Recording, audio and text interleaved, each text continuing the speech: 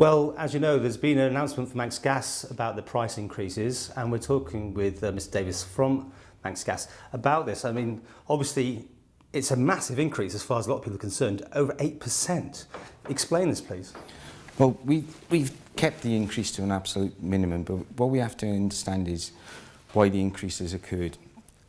We're experiencing really high increases in global wholesale prices at the moment, and unfortunately, they're forecast to stay at these high levels for the foreseeable future.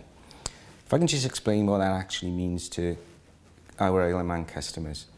LPG prices have increased over the last 12 months by 14%, and natural gas prices have increased by over 9%. So you're still juggling two different tariffs? So at the moment, we're still juggling two different tariffs, but as you can see from the increases, we've kept it to an absolute minimum, because we understand that fuel bills are a major part of any household expenditure, and it will have an impact on our customers. It's not good news for them, it's not good news for us.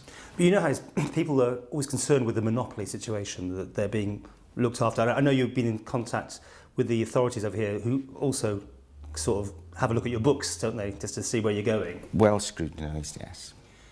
Is this it? Can I just pick up on that point, Paul? Yes, we are a monopoly gas supplier, but we're not a monopoly energy supplier. We only have about 40% of the heating market. So we're in a very competitive market and have to ensure our prices are very competitive. It's an interesting time of the year to announce a rise, because obviously the winter is therefore the big demand that's behind you. This should be comparatively the off-season, if there's such a thing. That's correct. Gas.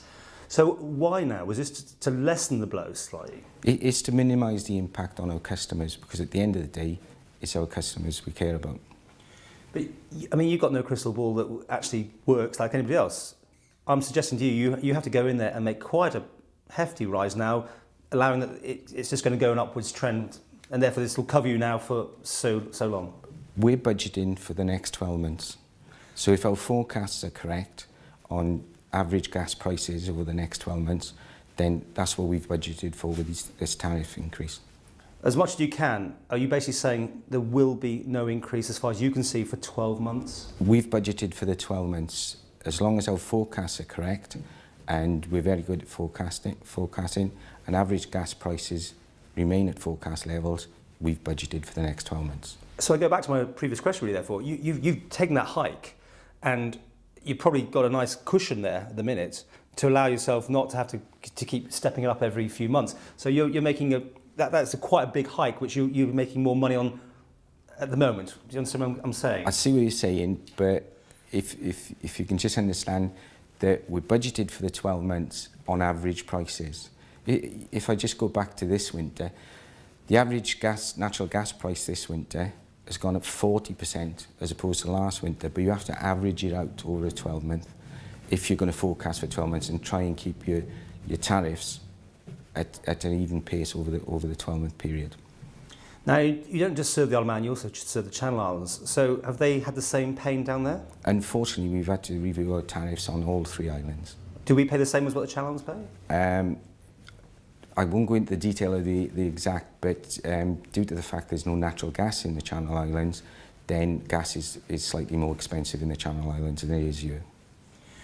Where are we heading overall? I mean, will there come a point when people just won't be able to afford gas and they'll be looking for all the other alternatives that are out there? I mean, you've said before that you are a very small player in this department. You have to take the price that's given to you. Absolutely. We can't influence wholesale prices because of the volumes we take, which is minute compared to the big players in the market. Unfortunately, that applies to all energy, so it's not just gas. Global prices are affecting all energy supplies. And what about people who can't afford the changes and the increases? We certainly need to talk to those people and help those people. We have energy advice, and we strongly advise people to contact us so as we can give them the correct advice in managing their energy and their energy bills. Should you say you're a small player, is it therefore not a possibility that you maybe piggyback with a bigger supplier or get involved somehow with buying with other people for the better discounts? Was that not possible? I believe in exploring all possibilities. How much do we pay here compared with the UK?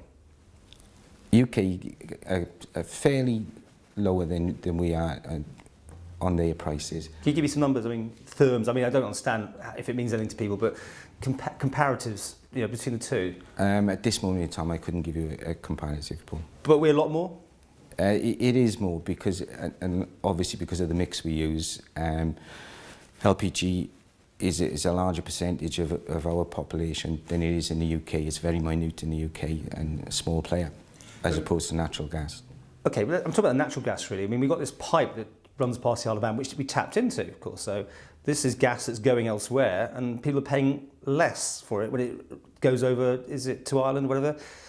So that's a possibility, because that's the bigger the player you are, the better you can negotiate that price.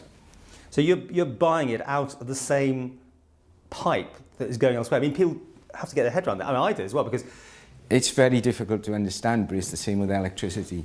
You've got variances in electricity prices throughout the UK, yet it comes from the same place.